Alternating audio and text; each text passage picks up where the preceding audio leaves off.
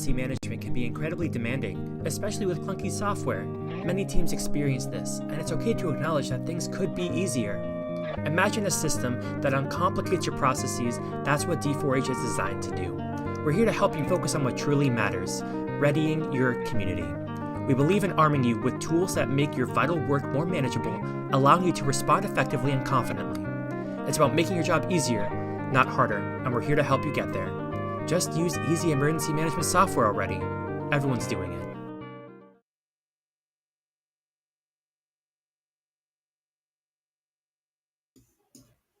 Hey everybody, we're on another Bravo Zulu live stream. This time we've got a huge guest list for you. It is, I think, about half of our team coming on this call. We're going to talk today all about what we call the Gathering. The Gathering is an annual D4H event that we do. We all come together to meet in person, to form better connections in person so we can work better together online. We've lots of people waiting to join. Let's see if we can get the first person on. Pat, hey, it's your first live stream, I think. Or good evening. No, it's my second actually. Okay, excellent. Pat, where are you based? What do you do at D4H? So I'm based near Melbourne in Australia. So good morning from here. I'm part of the customer support team. So I help out with enablement, customer support queries, whatever people in this part of the world need. That's I'm here to help. So this is a great example of why we do this event. You're going to see our team are all over the world. Pat and myself work opposite time zones, and the Gathering is a great chance to all come together. So thank you everyone for joining us. This is live. We're gonna kind of slowly introduce the team to you as we go here. But you can ask questions. It's in the comments, whether you're watching on LinkedIn, on YouTube, wherever you're watching this live stream. By all means, type into the comments and we'll answer your questions. Katie's pulling levers in the background, producing. Katie, you might bring our next guest in. GP, hello. Hey everyone, what's happening? So this live stream, as I say, this is going to be a really nice one because we've got some new faces as well. In terms of what I do, I'm based out in Toronto, Canada. I pretty much cover the help desk, and I also connect with customers with their training requirements as well as on the problems or features that they have for D4H. Once again, excited to see you all. Stay tuned. Awesome. I can see Chris Brookman in the comments in Idaho. Chris, thanks for joining us. Okay, next up, Katie. We should have Katie on here as well. It's Ali. Hello. Hey, Ali. Hi, everyone. Introduce yourself, Ali. Where are you based? And what do you do? Yeah, I'm a customer experience specialist here at D4H. I'm originally from Spain, but I'm based in Galway in Ireland. Nice. Welcome to your first live stream, I think. Yeah, it is. Excellent. Ali joined us in January, and I think, was it day 10 we went on the Gathering? It was yeah, like I was with you for 2 weeks, and then I meet you all at the Gathering. Yeah, it was amazing. Yeah. Excellent. All right, next up, we've loads to introduce today. Everyone's on. Marie, hey, where are you based? What do you do? Hey guys, so I'm in the United States, in Maine. I'm the implementation project manager here at D4H. This was actually my third Gathering, so it was really great to have new faces, a very large, much larger team. So I spearhead implementations. Once the deal closes, they come to me, but got the full team from the customers on the call right now. So exciting. Marie, you can give us the past. Where else have we been? Oh, okay. So the first year, it was Iceland. So we spent some time in Iceland, which was great. It was actually, I think, only 7 of us. So it was a very small team. And then last year, we went to the British Virgin Islands and we were on yachts. So that was kind of fun. And then this year was Canada. So we went from extreme warm to extreme cold. And for anyone watching and not familiar with this, we're joining our customers in these environments and we're getting a look into what they're doing, how they respond to incidents. And we're going to talk about that on the live stream. Next up, we've got Nick. How are you, Nick? Great to see you. Thanks for joining. welcome to the live stream. Katie, we bring our next on.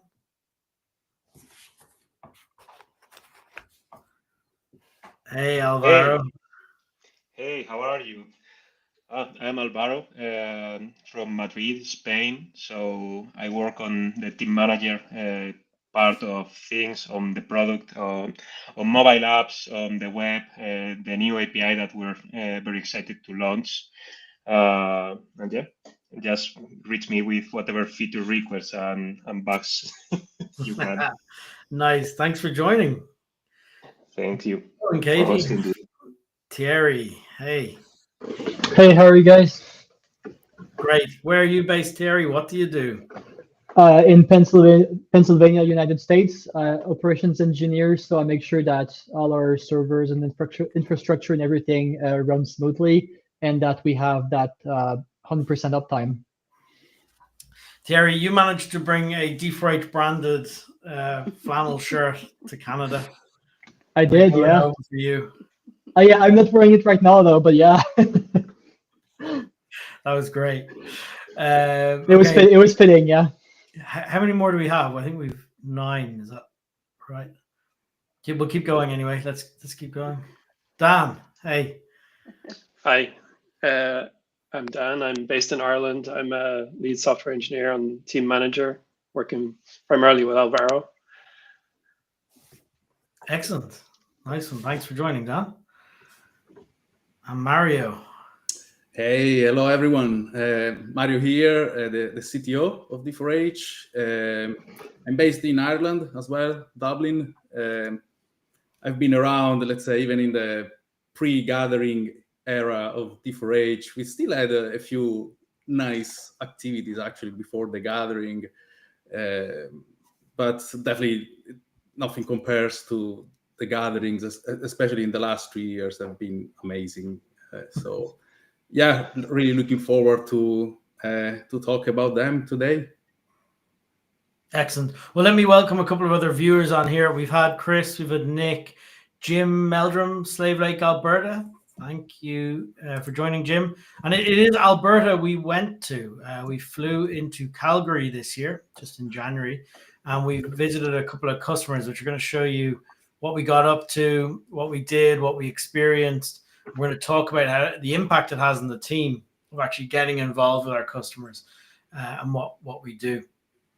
We've also got Tom O'Connell. Tom's with Odyssey Medical. Thomas Breckles just called us out as the Brady Bunch. Thanks, Tom. We were just saying that before. And actually, unfortunately, there's even more of us waiting to come on.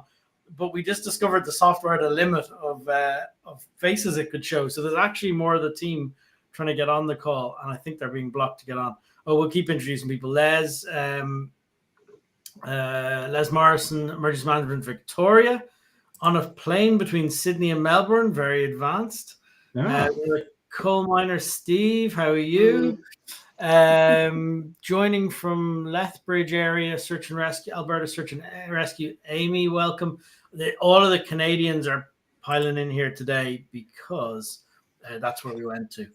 So let me just talk a little bit about the gathering, and we're going to get everyone's views on what we did and how it went. So, the first thing is this gathering. The idea of this trip is that we all work remotely, and instead of sitting in an office together, it's hard to build those person-to-person relationships. And what we find is it's very effective to have an intense week of interpersonal time where we go and visit a customer together. It's always slightly adventurous, and it always puts us just in tired and adventurous. And this trip was all of that: cold, adventurous, tired, a lot of travel, a lot of moving, a lot of stuff packed into the schedule. And what it does is it helps us all bond as a team, and it helps us get to know each other, sitting packed on a tight little bus, going around in what was the coldest we got to? Minus 28? Well, yeah, it got at minus 28. Minus 28 Celsius. It was cold.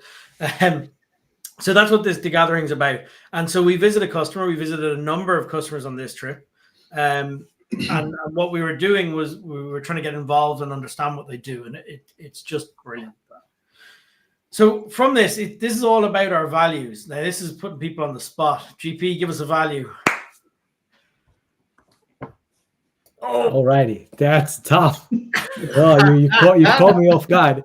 All right, so one of the things that I really like about give us one of the values company values. Company values. Yeah, one of the things I really go after is confident, because I pretty much front end most of the customer conversations once the implementation has been completed. So I pretty much help them with their ongoing questions. These are feature requests, bugs, anything related to keep them confident, keep them happy in terms of the support that they need to achieve their emergency management objectives. So to me, it's definitely going to be confident value in the company. Yeah, awesome. And what we're doing is we're watching and we're talking when we visit a customer. We're looking at and we talk about that. How are they confident? What did they do? Dan, I see you rapidly Googling company values. What did you see that was confident on the trip? I guess in terms of the task force that we went to visit, I think just the overall setup that they had there, like the organization and the dedication that they had to training and everything sort of exuded confidence, because they were so rigorous in how they prepared everything, trained for everything, and were just generally like 100% ready all the time.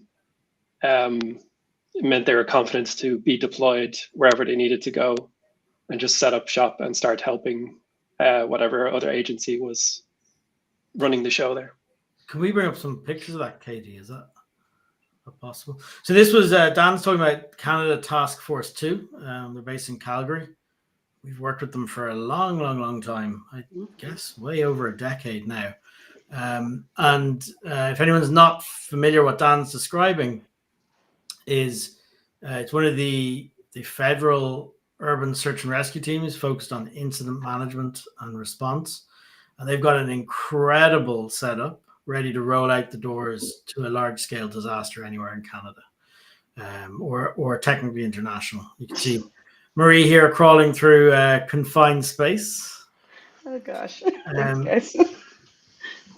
And so, as you can imagine, it gets everyone from each of the teams who are building and running and operating and supporting product to understand what are the environments that our customers are in and how they use it. Ali, do you want to give us another value?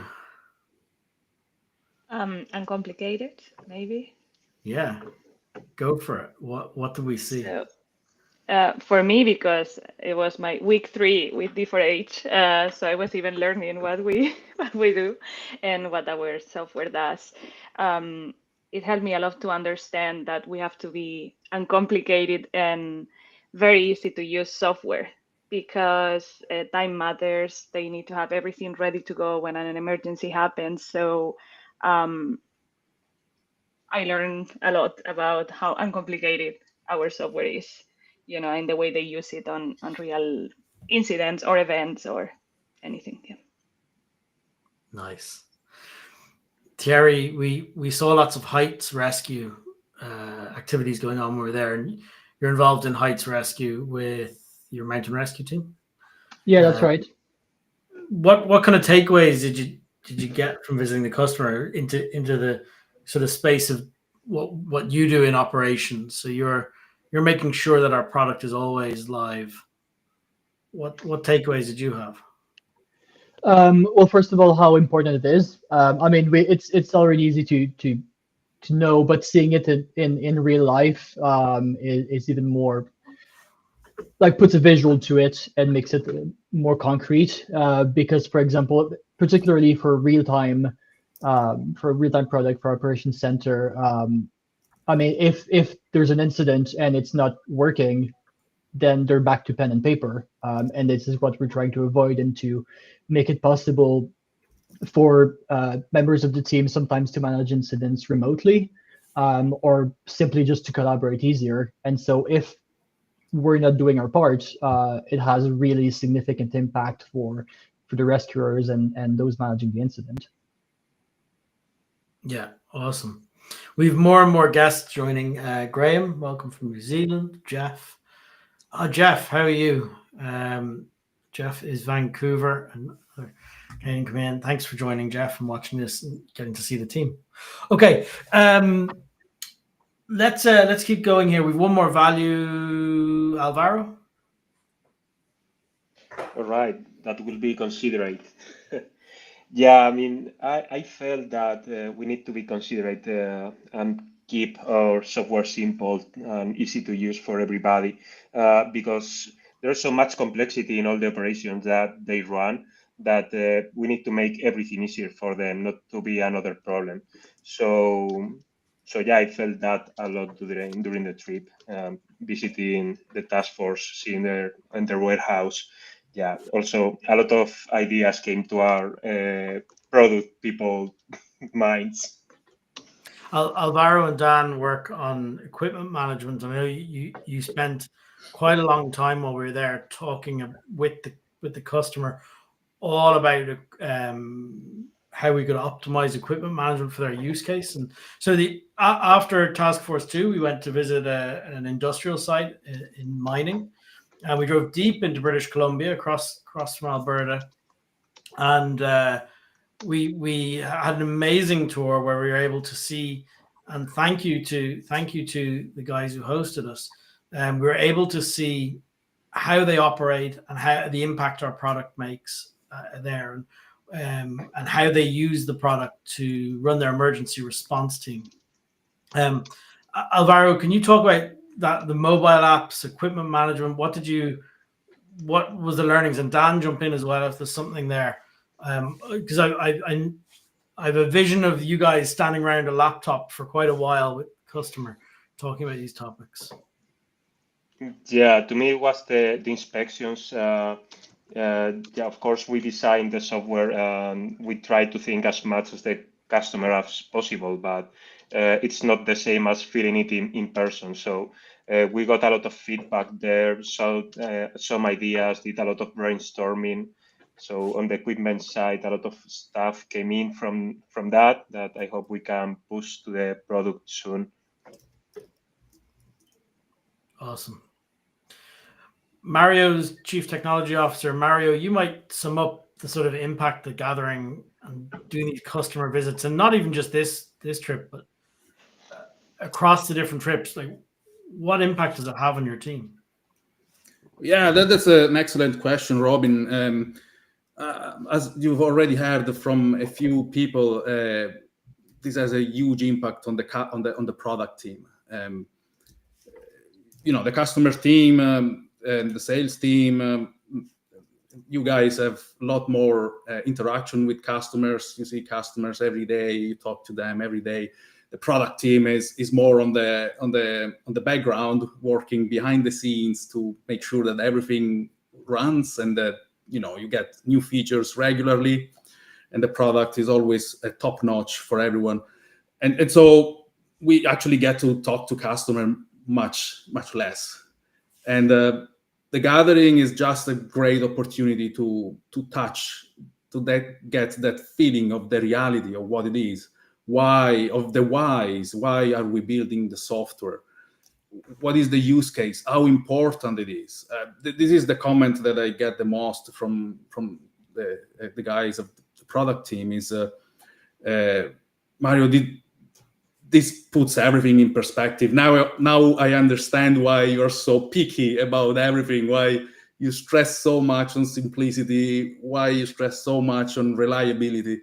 It's because this goes in the hands of people who really rely on our platforms to make sure that their operations run smoothly. And an interruption, or even if it's an outage, or if it's something that is hard to use, really anything that is on the way, it just prevents our customers to do their best and to do their job at the best they can. So yeah, this is the importance for us, and it's huge. It's massive. People come back from the gathering that they have completely different mindset. They're much more motivated, and they have a different. Their priorities shift, and they see what's important and why we're doing this, and why we are so picky, and why we really stress on making sure that we are the best software around for emergency response and emergency management. So yeah, for me, that's the takeaway, and that's what I think is the most. What is the gathering for us? What was your individual highlight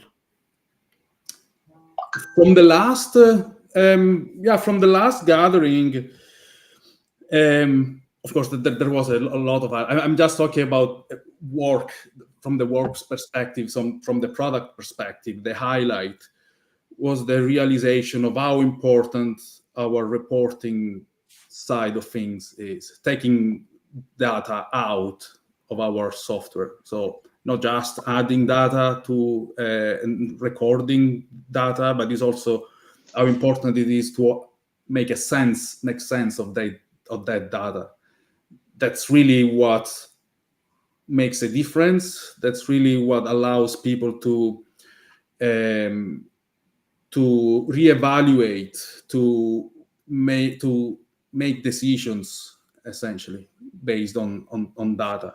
And we got a clear example there at the customer side when they showed us the different statistics of their incidents on the site.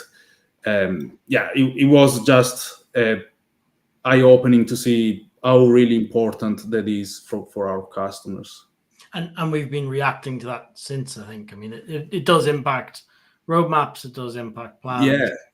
I mean, it genuinely does. Absolutely. What was your most memorable moment overall out of everything? I think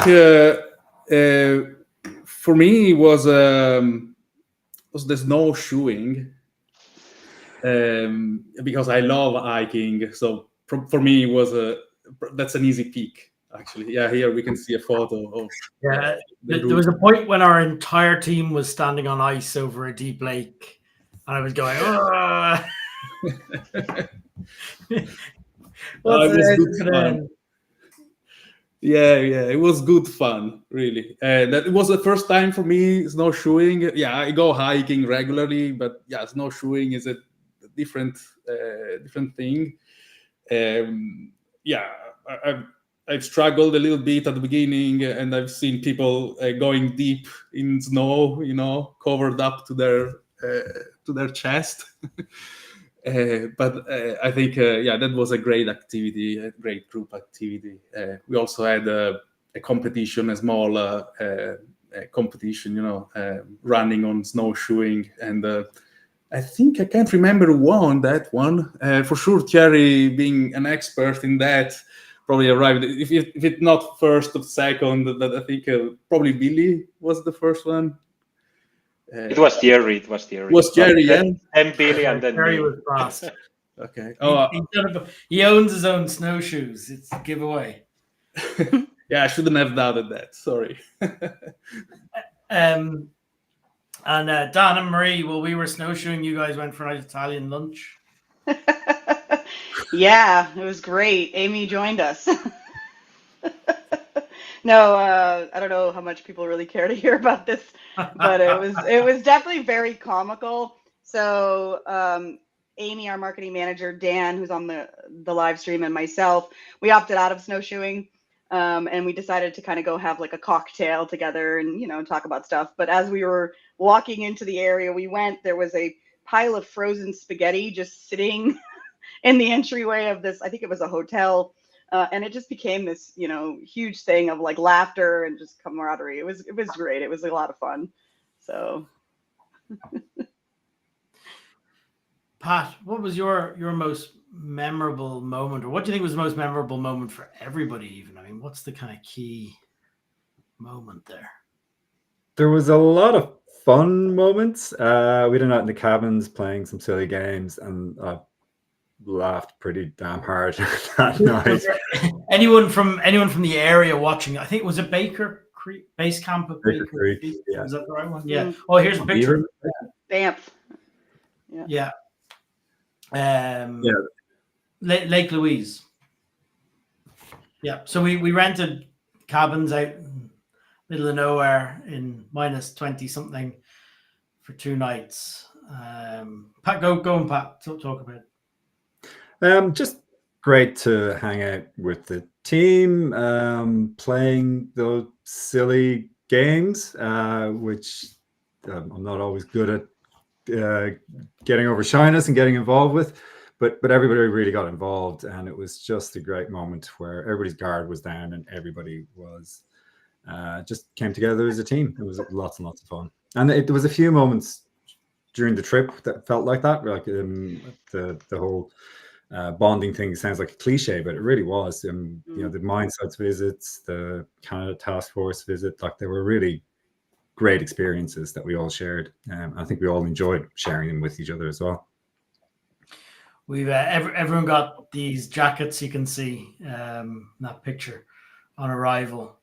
Well, we earned the jackets is a good way of putting it, actually. But we all got these jackets on arrival, and there's lots of hidden, I don't know what you call them, Easter eggs in them, in terms of like the zipper toggles have our values on them. Each zipper has a different value.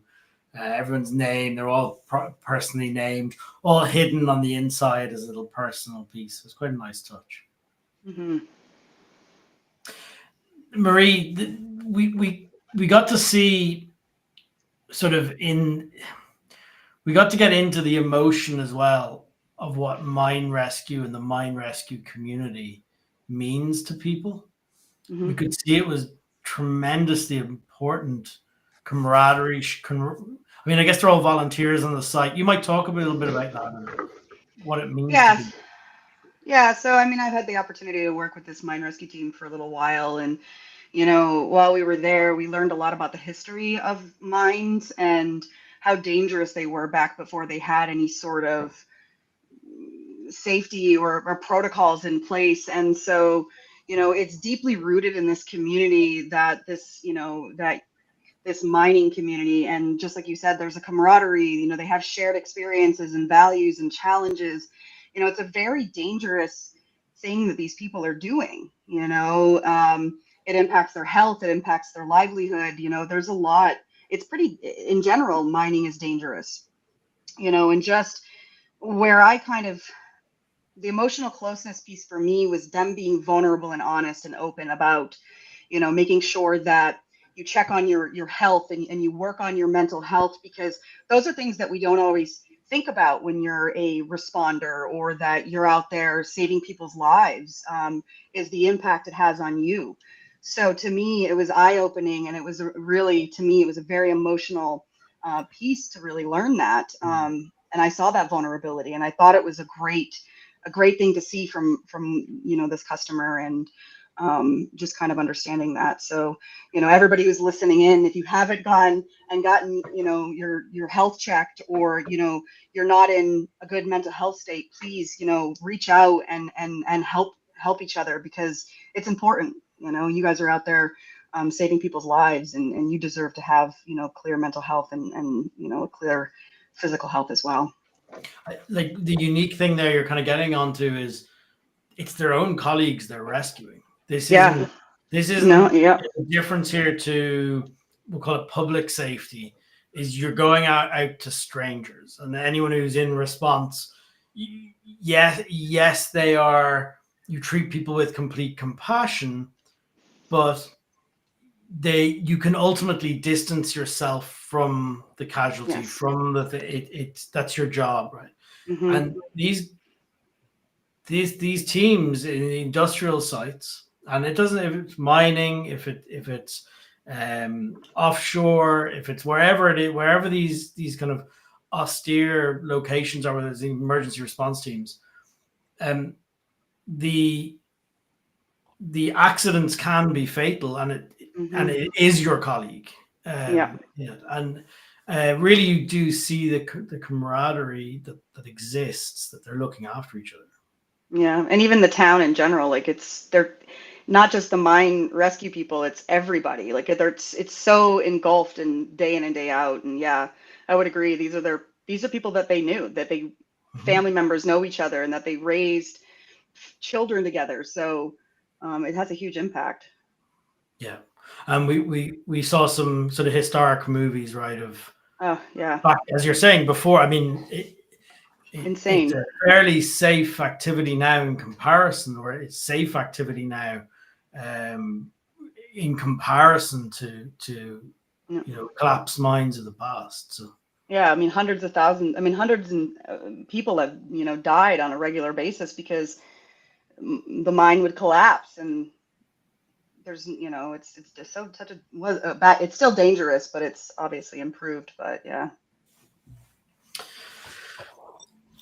Ali, as kind of we've touched on there, and actually it was also Pat's first time meeting everybody, and Alessandro is not on the call. It was first time meeting a lot of people in person, and I think the rest of us had all met at some point, or met at least some people. Did it help? Like between you guys, you feel free to kind of talk over each other as well. Does that help? I mean, what difference has it made? So for myself, it was massive, being able to meet all your colleagues in person during my first month, or right after 2 weeks starting with you. It was really good because it helped me a lot the week after that to reach to many of you for help, tips and stuff like that. And it makes it like a massive difference, like knowing the person, just a bit more, and not only at work, but outside of work, being able, because we enjoyed so many moments, we had so much fun. That, I don't know, that helped me massively, like feeling comfortable with all of you during my onboarding, for example. Yeah, very similar for me as well. Just to get to put a personality with the person who's the little avatar that you see on chat screens. Get to meet them in person, get to know their personality, and also you get a better understanding for the work they do. We did the thing with the letters, which I really enjoyed. It was where people wrote a thank you letter to one of their colleagues expressing how they live the company values, and some of the stuff that people wrote was nice. Can you explain? Oh, look, the pictures are great today. Pictures. Oh, the flannel. The flannel. Pat, explain the letters. That's a good one. So the letter, we were asked to write a letter to one of our colleagues, which was randomly assigned, and you frame it around the 3 company values and ways you feel that your colleague lives those values or has helped you out through that lens. And you could see there was a real getting to meet the team for the first time. You could see there was a really strong bond and respect for each other and the team, and personally and professionally. So yeah, to see both sides was really a great introduction. The letters were great. And I guess to explain it, we're driving around in a bus between customers. To fit everything in, we had to do a couple of the balloons. It was Alessandro's 50th while we were there. Congratulations and lots of happy birthday sung. But we drove around in this bus between customers, and we had long drives on the bus, and sometimes we'd drive quite late into the night and stop for dinner and keep going because we were trying to cover quite a lot of different customers and sites. And Jenny had organized that there was an anonymous letter written on behalf of the team to each person by a different person, thanking them for being on the team, and it was really lovely. It was really nice. Yeah, I think what I loved about it is that everyone was really involved, because after reading the letter, then everyone was encouraged to give a thank you in person, and that really was amazing to see. That you would expect people just doing it because it's a company activity and they are forced to, but really there was no such a thing. Like you could see really spontaneous thank yous coming from people, and that was really like was something really showing how the team cares. We care about each other. That activity really was really significant, I think, to create that bond and to show how close we are in reality, even if we work remotely and far away from each other. Yeah, oh, absolutely. I think we're looking here at the opening, right? That's your night one. That's your long service award, Mario. Yeah, 10 years, going for the 15. The third mark there. I think if people follow us closely, you'll see pictures of the long service awards that we would have blogged about and put on social media, but they build up, they stack as you add years onto them. Very nice design by Jenny as well. So this was our first night in. The first night we had dinner in the Calgary Tower. Have I got that name right? A rotating restaurant. It was a bit like being on a uncomfortable ferry, kind of moving. Kept going past the toilets, past the kitchen, past the hall. Not sure comes recommended. It was a strange experience. The next day we were at Task Force 2, as we said, and into confined spaces and seeing all their equipment and really seeing the huge challenge of managing equipment and the technical skill level and everything about that. And then again, long drive. Oh, so this piece here, actually, Thierry, you're in that picture. Do you want to just explain what everyone on the team got to try and do here? Yeah, that was during the visit of Task Force 2, and we were kind of seeing all their equipment. In this case, I think we were kind of passing around, looking at the thermal camera. And at the same time, we're kind of looking at how they store their equipment, all the variety of equipment they have.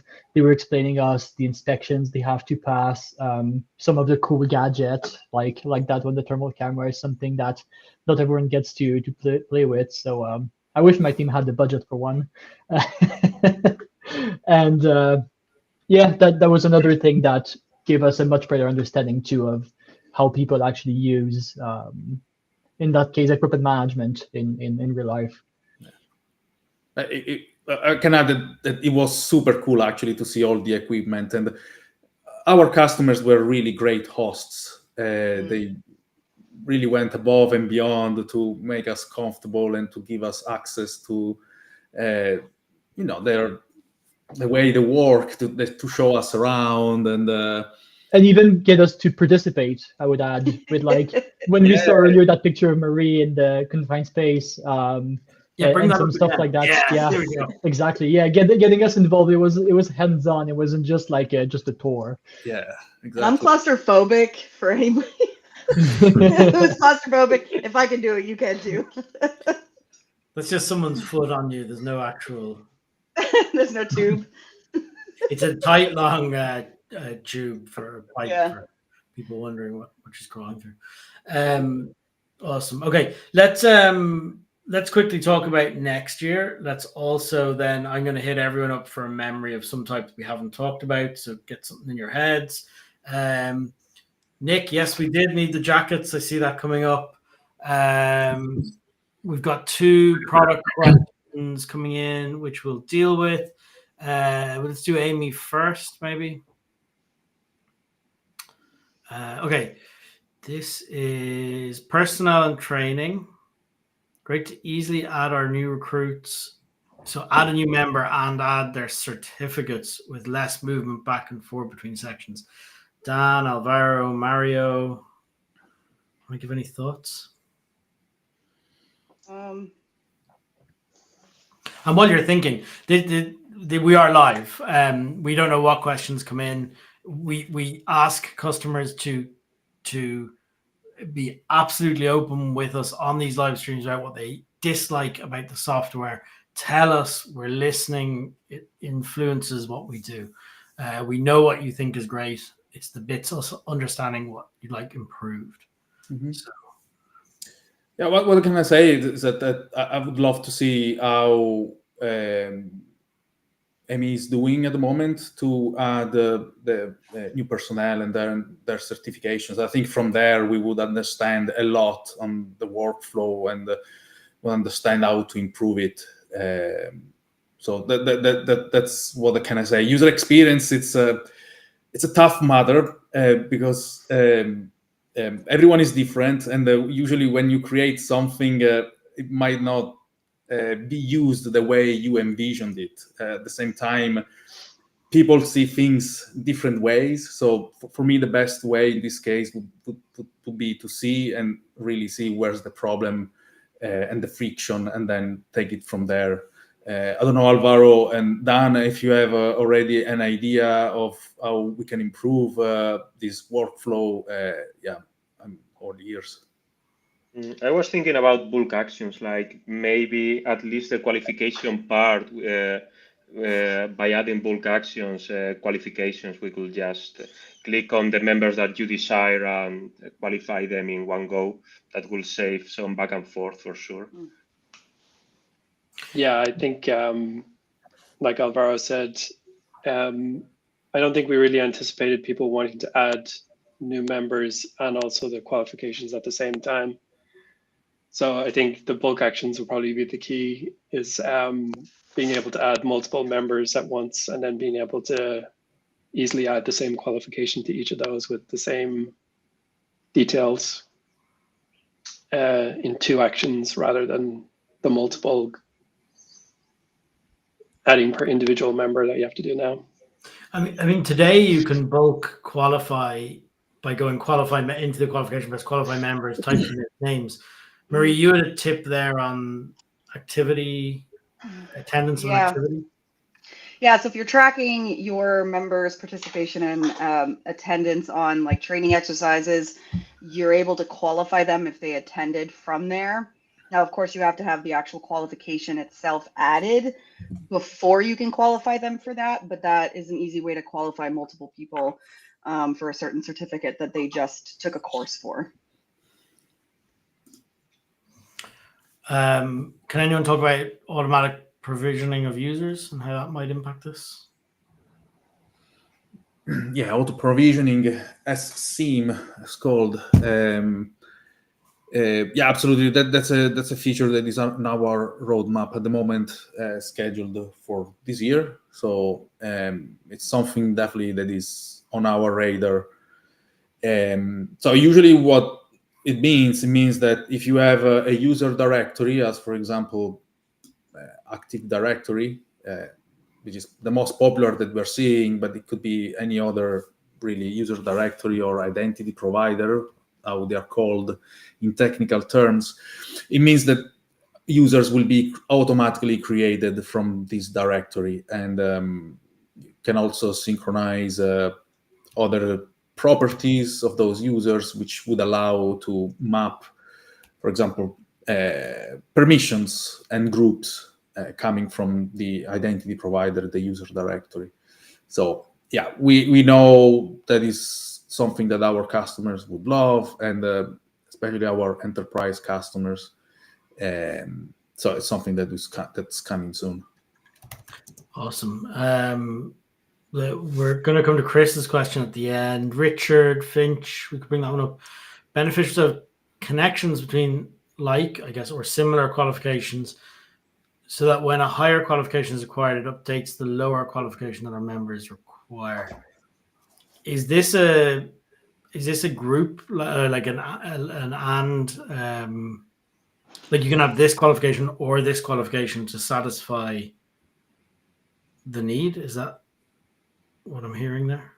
I would think here it's something like if you have wilderness first responder, then you don't need wilderness first aid because it's a higher level qualification that covers the basics, which is something I think I can let the TM team get more into that, or maybe Mario regarding the roadmap. But this is one that we've heard a lot, and that's Mhm. popular. Yeah. Go ahead. Yeah. Sorry. Yeah, I think in our roadmap is called something building qualification hierarchies. I think hierarchical qualification. And is that better than a group? Like at the moment, you can have a group called first aiders, medical or whatever. Just to go on that example, and you can say, is it that we should add to that you can have either this or this or this qualification to be a valid member of that group? Because it's not really a qualification, like a virtual qualification and called medical. Is that a qualification? I know your medical requirement is met, but it's not actually, as an entity, it's not actually a certificate, a qualification. Yep. So I wonder, is there a different thing here? It's not. That's what I've always pushed on this, is like, does it, it's not truly a qualification. It's like a virtual qualification that you're saying you comply with it because you have these. But I wonder, is that just a group, and the group has logical rules? It's like a group or role. Yeah. Yeah. So like to serve as rope rescue technician, you need certain level of rescue course, or you could be the high level like rope instructor, or you could be just rope tech. Both of them will let you serve as a rope technician. So this to me plays into the qualification expectations, where we're saying you must have this or this, and then that falls onto the groups as well, to say to be in this group you must have this or this and this. So there's some lot like more complex. Yeah, I think that solves it. Richard, you can keep commenting. But just so you know, Richard, when that came up on the comments, we have a private chat going here, and it lit up with everyone going, yeah, that's wanted by lots of people. So definitely. Tom O'Connell, Odyssey Medical, prospective user here. Well done, Billy. Billy is currently working with Tom on showing him how the software would solve what they need. Be able to show an active queue of calls from a single or combined status board, e.g. tracking CAD calls. What's an SB? Status board, I think. Status boards? I'm wondering. Or some from the dashboard is a follow-up. Show an active queue calls from a single. Well, we can show a list of rows that match a filter on the dashboard. I was thinking that too. I think we can do that, Tom. Yeah, that's under list view settings and creating a dashboard view, so to speak, like a saved view. Yeah, I think we could do that. Okay, we better wrap these up. There's one more in here. Basic 8-hour. Oh, so this is back, Richard French. Yeah,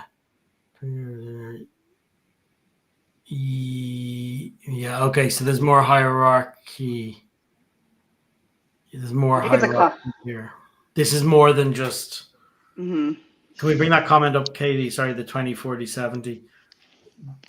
This is like you have a level. Yep. Yes. So I think it's a combination of the group, what you were talking about, and then also having like sub levels potentially for qualifications. Like if you get this, then you can qualify for the next level, then you can qualify for the next level, and then you're at the max level at the top if you reached all those requirements underneath it. Potentially. Yeah, it's nearly like a capability with levels and qualifications. Those or something. Again, I don't know that it's a virtual qualification. I don't know that's the right way of thinking about it. It seems more like that might be a group or capability or some like role, as Thierry said, that has levels you climb through. But okay, lots there. Let's bring up, we're going to hit everyone on their most memorable bit as the last thing, but we had the question here we go, Chris.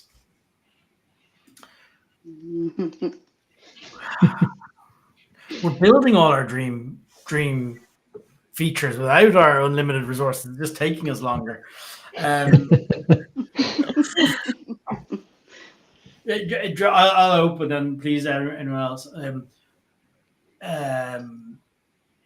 it's because we're building it. One of the ones I've waited a long time for is live locations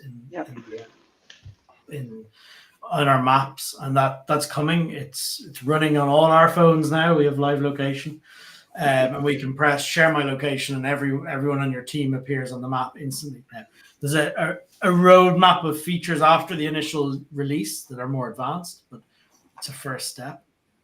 And that space is very interesting to me, as is live locations from other things like fleet trackers and maritime traffic vessels and all these other pieces showing live on the mapping, along with live weather and live. But that live element of spatial is probably, I think, a very high value area for us to work on. But I open it up. What are the things? Yeah, I agree with you, Robin. Your opening remarks that I think if we are dreaming about something, it's somewhere there in the roadmap. So it's planned. So yeah, it will just with unlimited resources, we would get there tomorrow. But with limited resources, we have to plan it. So we get there gradually, but we still get there. So yeah, for me, Chris, what would Chris like us to build as well? While you're talking, Mario, Chris, come back and tell us what you'd like us to build. Yeah, Mario. For me, a feature that would really be useful to our customers would be to be able to share certain data of their certain incident data to the world, to the public. So having something like a dashboard that you can share publicly and provide status updates to the public. This is very useful during especially weather event, but I would say events that affect a lot of people, and the public must be informed and should be informed about the progress of the incident, or to get advice from the EOC, from the experts. Yeah, that would be something that would really connect the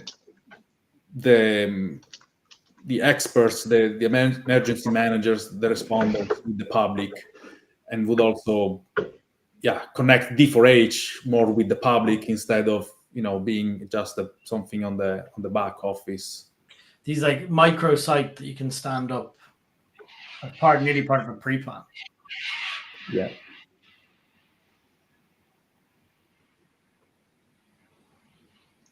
There's lots of ideas being chatted about in our private chat here, so we can. Eddie's just going to bring people up to talk. I have to, but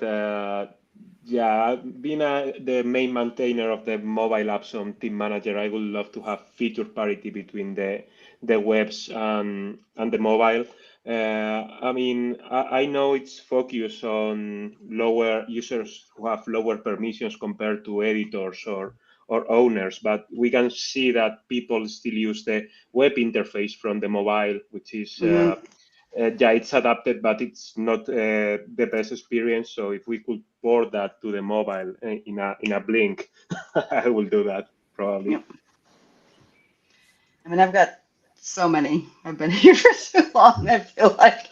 But to Mario's point, like, kind of tacking on to like with the dashboard being able to share information out more publicly, I would say just the ability to kind of highly customize what you're seeing, especially if you're in like an EOC or you've got that TV screen up and you want to be able to zoom in and move stuff around a little bit easier. Everything that my entire team said is right on par as well. So all of them, I would say all of them, if we could do that. Oh, there's more. Okay, how are we more powerful? Like historical. Yes. Have you seen Bob Roberts' app for this? It's worth pointing at that if you haven't seen it. I don't know the URL off the top of my head. And didn't we have a live stream with him a few years ago? We did. Yeah, you're right. Yeah. There's a live stream. So our data is we work with Bob Kester all the time. He's got an app mobile app that you can plug statistical data into, and it'll use everybody's stats. I don't know that it uses your local stats and weights it any heavier, but he does have something like that. Okay, let's fly through these because we could be here, and it's it's morning for Pat. There's some of us it's getting late. We'll try and this is Chris. Public entry form, or sorry, Tom. Public entry form is out of the public, such as guests and music festivals. A last item. Mario, that's coming. Yeah, exactly. That will come definitely before even the microsites that I just described. It's currently scheduled for this year again, and we see these requests coming frequently. And we understand the importance of collecting data from the public, and that's a super powerful feature. And so it is coming. The public or your own team who don't have accounts, and scan a QR code, fill in a form. That's how we envision it. It should be in real time. You should see that the results coming in operations center.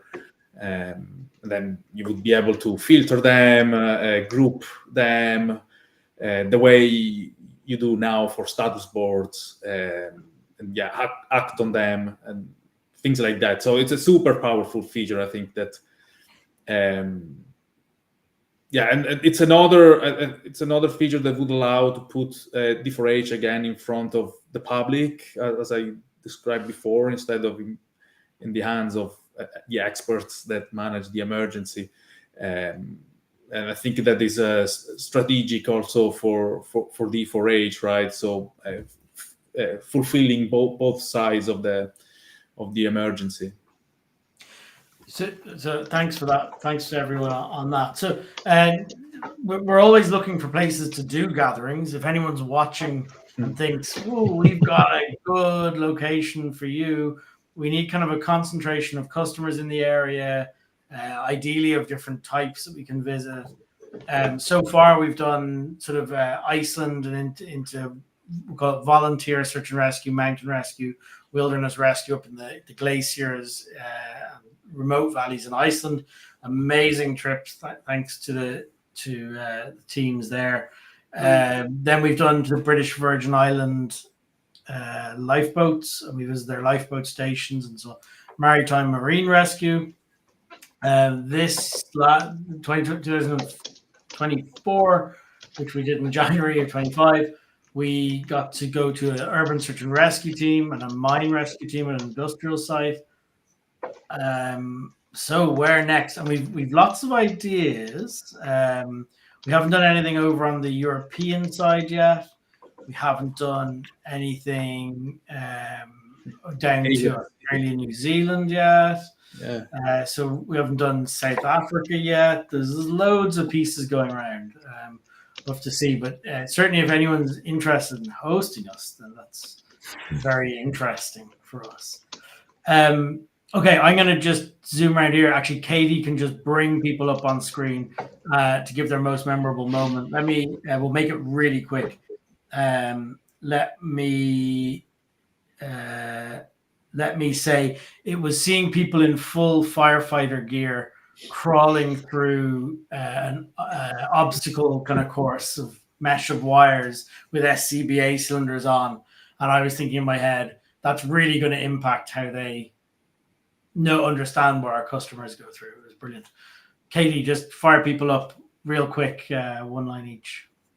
You actually got mine, Robin, because I was one of the volunteers in that. And but yeah, I will say not a Ali crawled through it. What was it like? Tell us what it was like. I don't even know how to describe it, but it will be like if you will be pushing away, I don't know, like what can it? I don't really know, like, and it's obstacles. No, it's an obstacle that you have to complete with all the gear. But just in the oxygen mask and stuff. Plus, I was wearing like a size L, man's size L from the States, and it was extremely heavy. And I'm quite small, as you all know. So it was, that was tough, but I had so much fun. No, it was an amazing experience, like being able just to try that. So yeah. Nice. For me, Robin's best memory was one of my moments of panic. So thanks, Robin. Glad you enjoyed that. But that visit, I still have a medal, mine rescue medal. The challenge coins. Yeah. Yeah, and I keep that on my desk to remind me that what we do is easy and what those folks do is hard. They're the people we work for. And it's like Mario was talking about Mario was talking about how we have to keep things simple because the people who use this, that's who we have to keep thinking about. And this reminds me of them. Very nice. Alrighty, so for me, it was the Canada Task Force they mentioned that how they reported or how they responded to Jasper incident, which took place last year. The confidence that these folks had was amazing because their backs were up against the wall and they pretty much had to rescue people and facilitate a number of things while the fire was going on full blast. So kudos to every first responder, and we really understand what you guys are going through.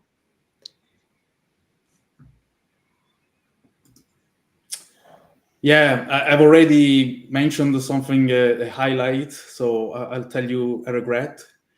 A regret for me was not jumping in the snow after the sauna that we took in it was an amazing, another amazing bonding experience with some member of the team. And that was something we mentioned only after we came out of the sauna. Someone actually asked me, Mario, did you jump in the snow after taking the sauna? I said, no. Oh my God, no. I forgot. I completely, I didn't think about it. But that would have been the perfect Canada winter experience.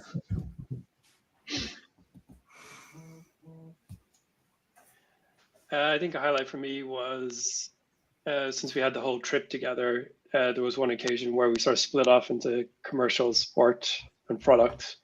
And those product guys went off and found a brewery. And it was just nice. It was nice to be able to have a chat in person with everyone about the more technical side of stuff that we wouldn't normally talk about because it wouldn't come up in conversation with everyone else there. But it was just nice to have an in-person chat about that stuff for a little while. To me, it was almost the same. Like when we split by teams and the product team, we went for a walk and the views and the frozen river and all the nature there was just amazing. I will never forget that. That was a great picture and a great moment.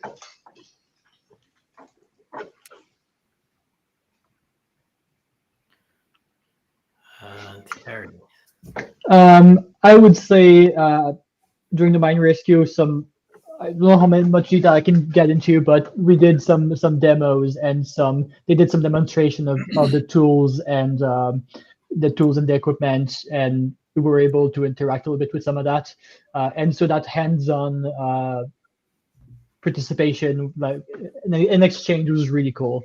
I really appreciated that.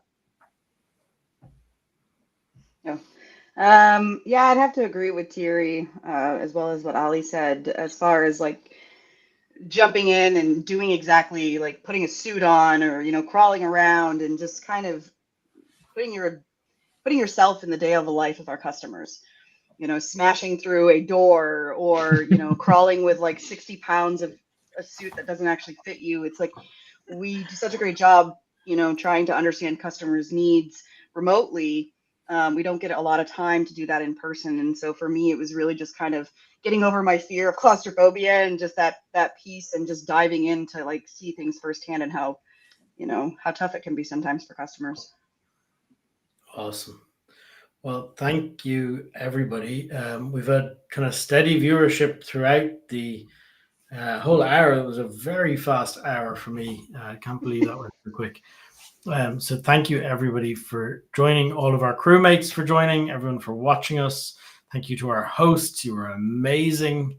And yeah, we'll join us next month. We're in 2 weeks' time, in 1 week's time for we are back to Canada for City of Medicine Hat is the next one on the live stream, I think. And we're going to talk about emergency management with City of Medicine Hat. So that's going to be fantastic. And you'll see it already queued up there. You can press subscribe on it now and it'll alert you when the live stream starts. All right. Excellent. Thank you, everybody. And see you all soon. Fantastic. Thanks, folks. Bye-bye. Thank you. Bye.